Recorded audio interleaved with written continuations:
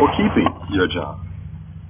Well, just think of how you'll feel when these words become a reality. Still in the book of Isaiah, this time, Isaiah chapter 65. And note verses 21 and 22. They will build houses and live in them, and they will plant vineyards and eat their fruitage. They will not build for someone else to inhabit, nor will they plant for others to eat. For the days of my people will be like the days of a tree, and the work of their hands my chosen ones will enjoy. You see the blessing? No one will be homeless or uninformed. And did you know, nowhere in these verses do we see the words rent or lease. Under this kingdom arrangement, you see, we're going to experience the full joy of ownership. Can you imagine that? Can you imagine the satisfaction, the dignity that comes from living in a home you personally built, and then working with your hands for the direct benefit of your family? Really, isn't it? And of course, if you're planting your own vineyard, well, that's an indication of another blessing, an abundance of food. The Bible describes this quite beautifully. Turn please to the book of Psalms. The 72nd Psalm.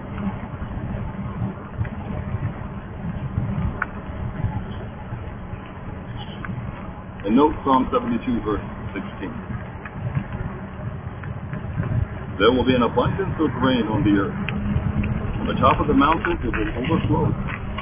Its fruit will flourish as in Lebanon. And in the cities people will blossom like the vegetation of the earth. We've all seen heartbreaking pictures of neglected and starving children. And we've likely seen the increasing number of food lines during this pandemic. But you see, under God's government, no one will be without sufficient food or undernourished. Poverty and food shortages will be gone.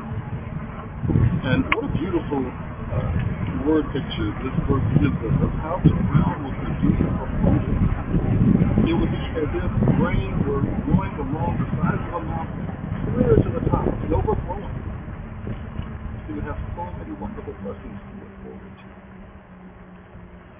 But for this next lesson, God will use His creative power to do one of the most wonderful works of all time. Let's go back to the book of Isaiah. This time, Isaiah chapter 25.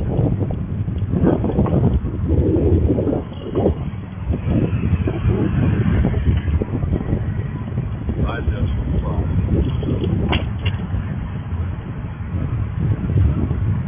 There were told, He will swallow up death forever, and the Father Lord Jehovah will wipe away the tears. The reproach of His people He will take away from all the earth, for Jehovah Himself has spoken. Some may consider this to be the best news of all. What a joy it is going to be when death will be no more, removed forever. If any of us have ever had someone close to us taken by death, we know the emptiness, the anguish, the painful scars that death leaves behind. And it's something that affects all of us. So just think, how many memorial services have you attended this pandemic? It's a common shift. One brother made a statement. He said, I don't even know Saturdays anymore. He thinks that Saturdays have been set aside for funerals and memorial services. See what the Bible says? The Bible says that God is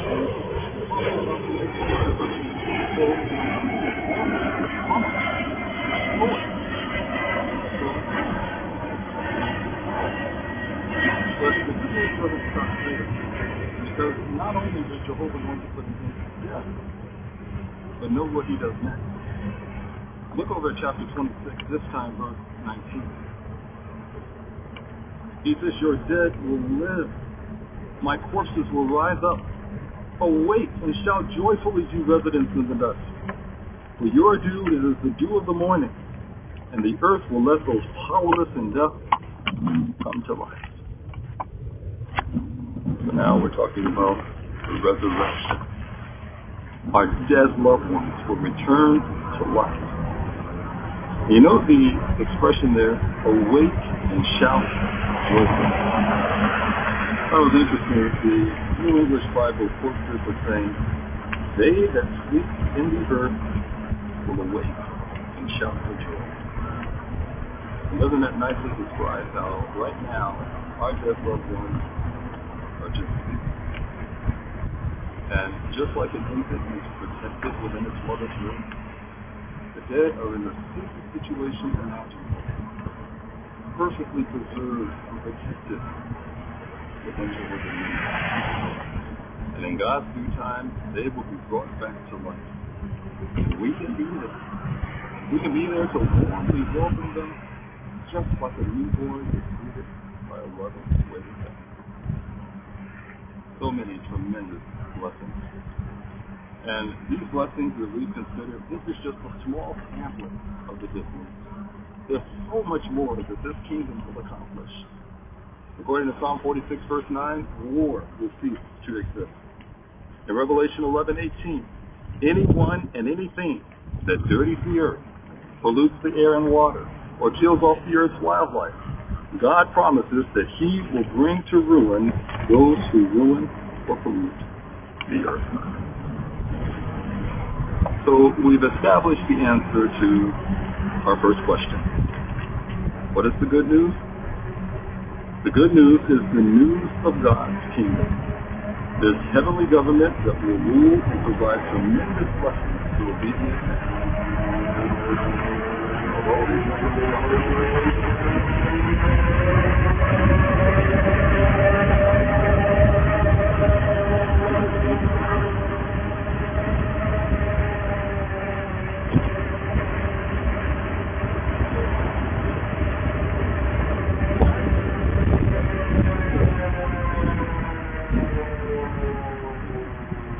Especially what life is like right now, at present. So what if those that hear this good news are skeptical? What if they feel, if it seems too good to be true, it probably is? Well, let's address this by answering our second question. Why can we have faith in the good news? In other words, why can we firmly believe that all the things we've just considered, all these promises from God are true and will be fulfilled? Well, just like any news or information that we receive, the credibility all starts with the source, doesn't it? The good news comes from Jehovah God Himself. And let's note what the Bible says about Him. Turn with me, please, to the book of Titus. Titus chapter 1. And we'll read Titus chapter 1, verses 1 to 2. Paul, a slave of God and an apostle of Jesus Christ according to the faith of God's chosen ones, and the accurate knowledge of the truth that is according to godly devotion, and is based on a hope of the everlasting life that God, who cannot lie, promised long ago. So we can be certain that these promises will be fulfilled because the Bible tells us we have a faith.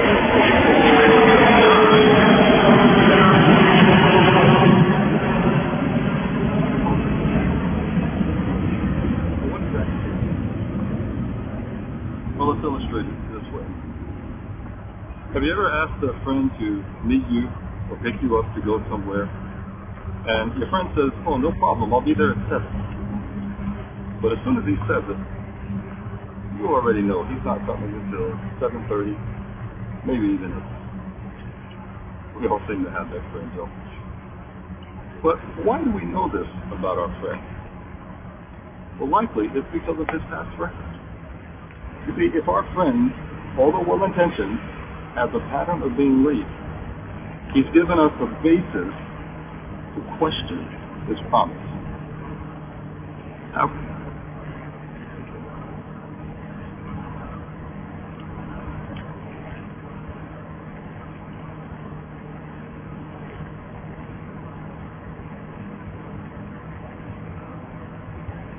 This convention program will be translated into more than 450 languages.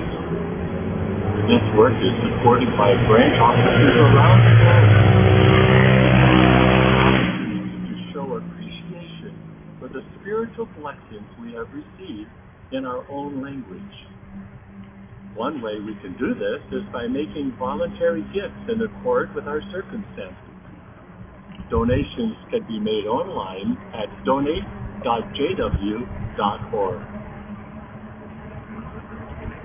Whether young or old, we face tests of faith. Changing circumstances can bring new challenges. How can we meet each test with unwavering faith? We invite you to put yourself in the scene as you watch the drama Daniel, A Lifetime of Faith, Part 1.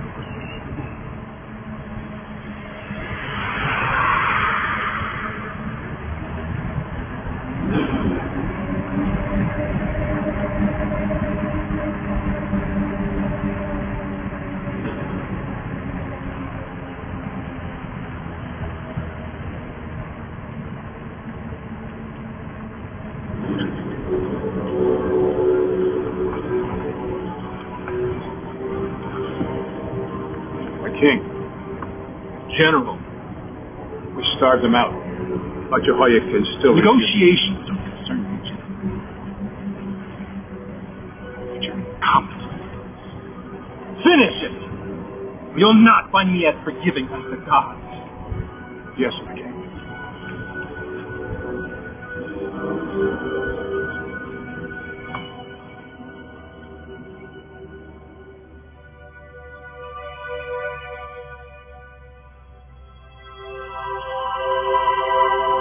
This is what Jehovah of Ark.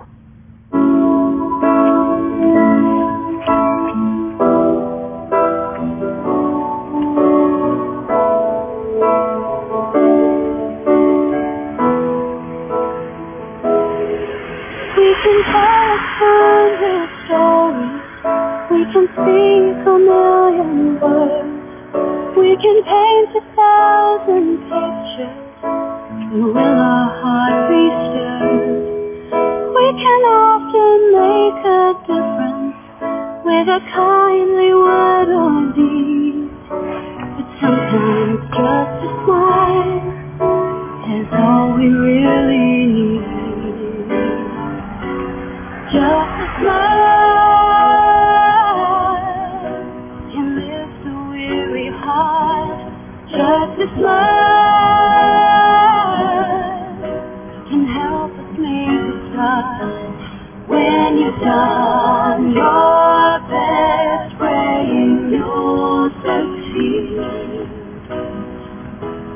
then you will see a smile's what we need. This world is unforgiving, full of coldness and despair. Many hopes are disappointed by a world that doesn't care. And we see it in their faces as they pass us on the street. So we offer hope and comfort to the people that we meet. Just a smile can lift a weary heart. Just a smile can help us make a start. When you've done your best, praying you'll succeed, then you will see smile is what we need. At times we feel downhearted when no one seems to care about the hope we offer, for the message that we bear. For some hearts of yours to harden, to receive the kingdom's peace. But could it be your friendly smile is what we really need? Just a smile can lift a weary heart. Just a smile can help us make a start. When you've done your best, praying you'll succeed, then you will see the smile is what we need.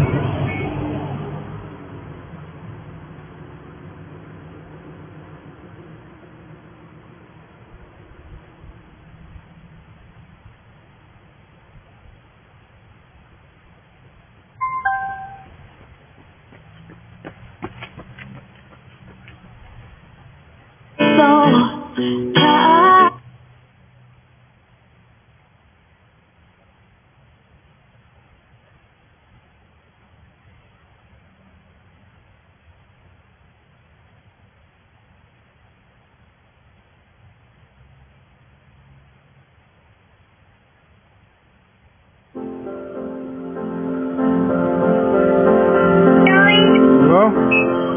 Hey, Daddy. I'm on my way back. Are you okay? Yeah, I'm on my way back. Alright. I'll be there. Okay, love you. Bye.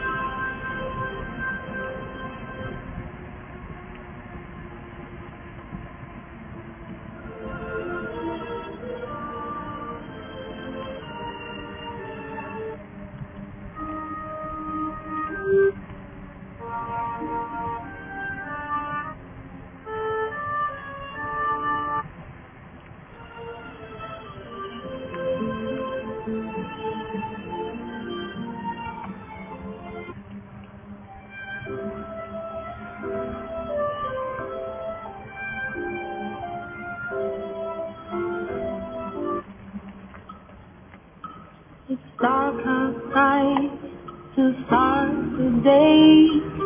She humbly starts to pray for her kids at school and a brother who, Father, help us be faithful when things make it hard to cope.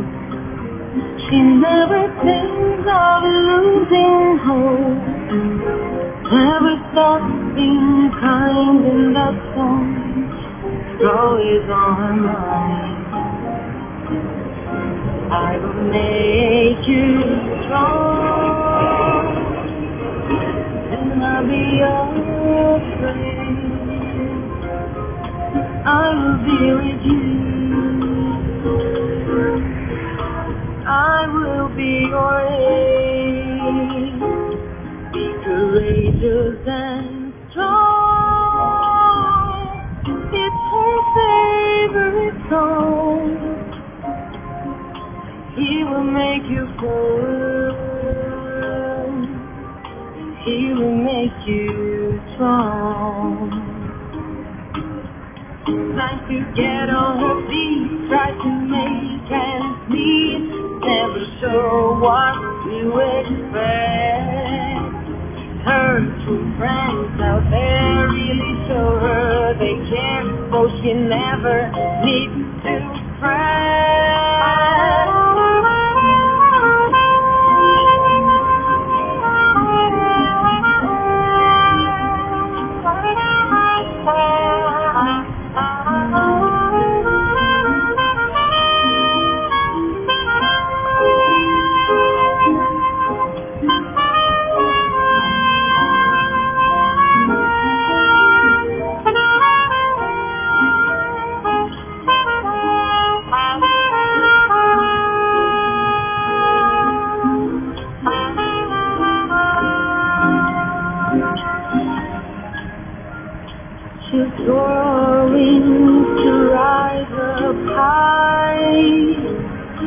eagles in the sky.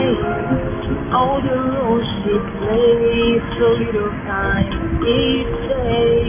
And in her heart she starts to pray, aching feet and tired hands.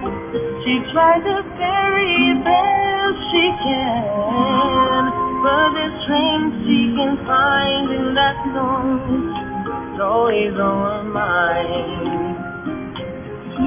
I will make you strong, do not be afraid. I will be with you, I will be your aid. Jesus and strong, it's our favorite song. Make you firm, and he will make you strong. He will make you firm, he will make you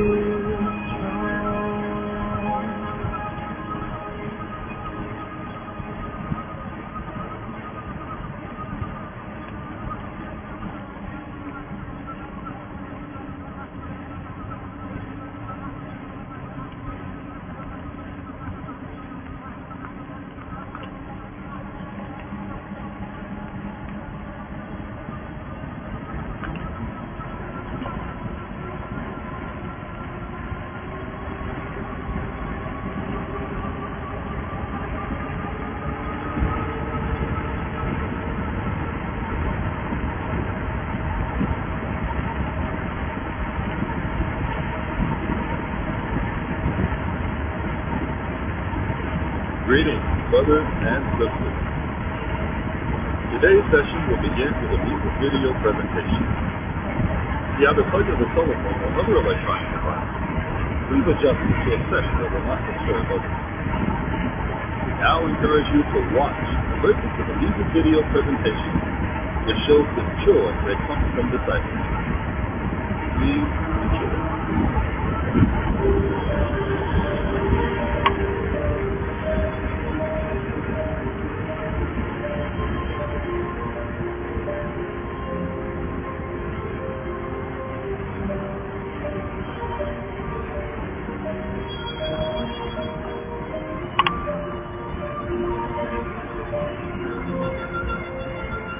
Ma